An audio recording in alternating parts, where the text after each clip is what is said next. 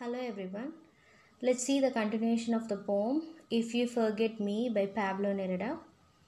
Before analyzing the fifth and sixth stanza of the poem, let's give you some crucial details about the background of the poem. So you all know Pablo Neruda is a Chilean poet. So he was married to an Argentine writer, Delia del Carril. So some critics say that this poem was written to his affair Matilda Euretia, who later became his legal third wife. And some say that during 1948 the Communist Party failed, so he was exiled from his native land Chile for 13 months. So due to that he missed his country so much. So this was dedicated not to his lover but to his native land. So சில critics என்ன சொல்கிறாங்க அப்படின்னா it was dedicated to his third wife Matilde யூரேஷியான்னு சொல்கிறாங்க. So அவங்களோட லவ்வரோட எக்ஸைலில் இருக்கும்போது அவங்கள லவ்வரோட thoughts disturb பண்ணிகிட்டே இருந்துச்சு. So he wanted to meet his lover அப்படின்ற மாதிரி சொல்கிறாங்க. Some say that his love for native land made write this poem அப்படின்ற மாதிரி சொல்கிறாங்க. ஸோ இந்த ஸ்டான்ஸை நெக்ஸ்ட் ஸ்டான்ஸை எக்ஸ்பிளைன் பண்ணும்போது you will clearly understand. Okay, so fifth stanza. If you think it long and mad, the wind of banners that passes through my life,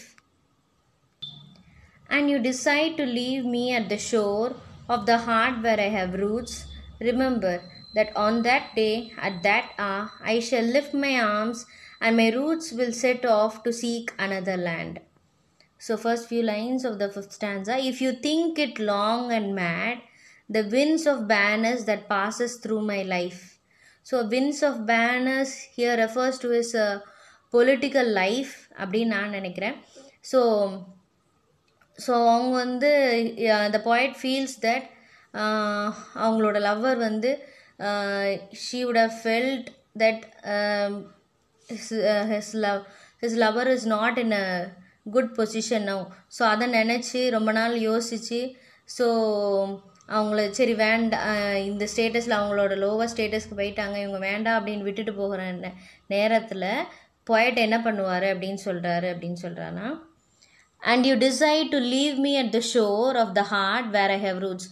so இனி நீ தனியாக ஒரு நட்டாத்தில், அதாவது கடலில் விட்டுட்டு போகிற, ஒரு ஷீஷோரில் விட்டுட்டு போகிற அப்படின்னு நினச்ச அப்படின்னா, remember I have a heart, and அதில் எனக்கு என்ன இருக்குது அப்படின்னா I have roots. Roots here refers to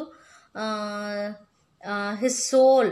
so எனக்கு இதயன்னு ஒன்று இருக்குது, எனக்குன்னு ஒரு சோல்னு ஒன்று இருக்குது. ரிமெம்பர், நீ அப்படி விட்டுட்டு போன நேரத்தில், அந்த நாளே, அந்த மணி நேரமே நான் என்ன பண்ணுவேன் அப்படின்னா I lift my arms and my roots will set off to seek another land. So என்னோட கையை நான் விரிச்சிட்டு நான் என்ன பண்ணுவேன் அப்படின்னா I will seek another land here refers to heaven அப்படின்னு சொல்கிறாங்க. Some say that I have roots அப்படிங்கிறது எதை ரெஃபர் பண்ணுது அப்படின்னா, நான் உன்னை மட்டும் நினச்சிட்டு இருப்பேன்னு நினைக்காத, I will give place to another woman. Because இவர் ஏற்கனவே இது வந்து தேர்டு ஒய்ஃப் அவருக்கு. ஸோ அவருக்கு இன்னொரு லைஃப் ஏற்படுத்திக்கிறது வந்து ஒரு பெரிய விஷயம் கிடையாது. ஸோ இந்த ரூட்ஸுங்கிறது some critics say that it is his soul, it refers to his soul. So அவரோட சோலை வந்து he lift up his arms and face heaven and say ask God to take him அப்படின்ற மாதிரி ஒரு சில கிரிட்டிக்ஸ் சொல்கிறாங்க. some critics say that so நான் உன்னைய மட்டுமே நினச்சிட்டு இருப்பேன்னு நினைக்காத, நீ எனக்கு தேர்ட் ஒய்ஃப் தான், if it is possible I have roots, எனக்கு இன்னும் நிறைய ஒய்ஃபை வச்சுக்கிறதுக்கு எனக்கு தகுதி இருக்குது அப்படின்ற மாதிரி சொல்கிறாரு அப்படின்னு வந்து some say. So this is all about the fifth stanza. So sixth stanza. But if each day, each hour, you feel that you are destined for me with implacable sweetness, if each day a flower climbs up to your lips to seek me, ah my love, are my own. In me all that fire is repeated. In me nothing is extinguished or forgotten. My love feeds on your love, beloved. And as long as you live, it will be in your arms without leaving mine. So stanza 6ல so இப்போ beloved வந்து அவர் நேசிக்கிற மாதிரியே அவரோட பிலவடும் வந்து அவரை பற்றியே நினச்சிட்டு இருந்தாங்க அப்படின்னா how will their life be அப்படின்ற மாதிரி இந்த லாஸ்ட் ஸ்டான்ஸால் முடிக்கிறாரு. So but if each day each hour you feel that you're destined for me. So ஒரு நாளும் ஒவ்வொரு மணி நேரமும் வந்து நீ எனக்காண்டியே நீ படைக்கப்பட்டிருக்க அப்படின்ற மாதிரி நீ நினச்சிட்டு இருந்த அப்படின்னா வித் இம்ப்ளேசபிள் ஸ்வீட்னஸ், அளவில்லாத ஒரு ஸ்வீட்னஸ், அதாவது ஹாப்பினஸில்.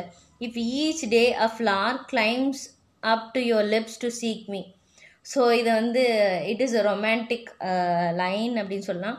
ஸோ ஒவ்வொரு நாளும் உன்னோட லிப்ஸ் வந்து உன்னோட லிப்ஸில் வந்து ஒரு ஃப்ளார் ஏறி, அதாவது ஃப்ளாரி லிப்ஸ் மூலமாக நீ என்னை அப்ரோச் பண்ணா to kiss me. In that sense it is kiss. If each day a flower climbs up to your lips to seek me. Seek மீனா என்னையை தேடி வர்றது அப்படின்னா ah my love, ah my own, in me all that fire is repeated. So daily அதே அன்போட என்னை தேடி வர அப்படின்னா நீ தான் எனக்கு எல்லாமே அப்படின்ற மாதிரி சொல்கிறாரு. எனக்குள்ளே இருந்த அந்த லவ் ஃபீலிங் வந்து இன்னும் அதிகமாக ட்ரிகர் ஆகும் அப்படின்னு சொல்கிறாரு. That fire will is repeated. That is என்னோடய லவ் வந்து இன்னும் அனலாக எரிஞ்சு கொண்டே தான் இருக்கும், அணையாது அப்படின்னு சொல்கிறாரு.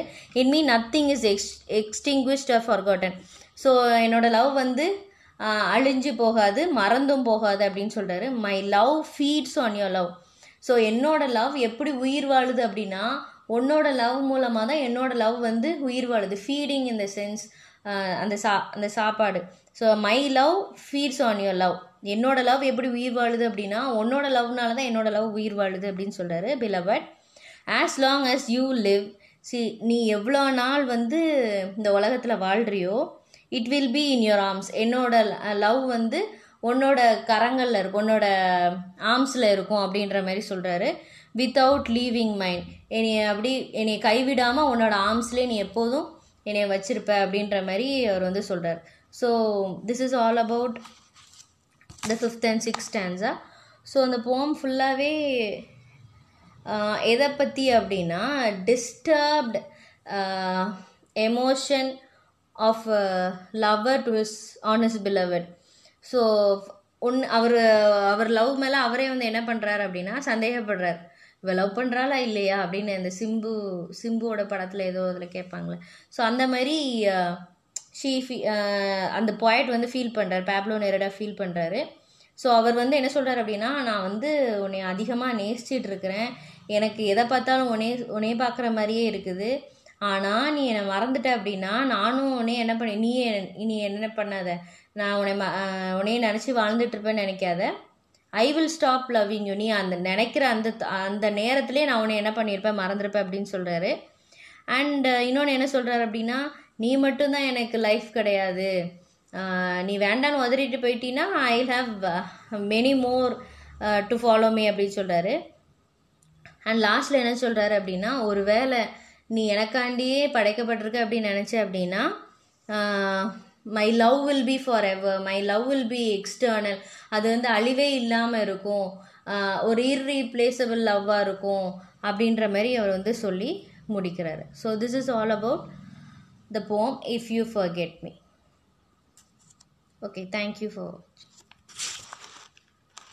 ஸோ இதோட ஸ்பானிஷ் டைட்டில் நான் சொல்லியிருப்பேன்னு நினைக்கிறேன். இஃப் யூ ஃபர்கெட் மீயோட ஸ்பானிஷ் டைட்டில் வந்து சி டியூ மே ஒல்விடாஸ், SITUMEOLVIDAS,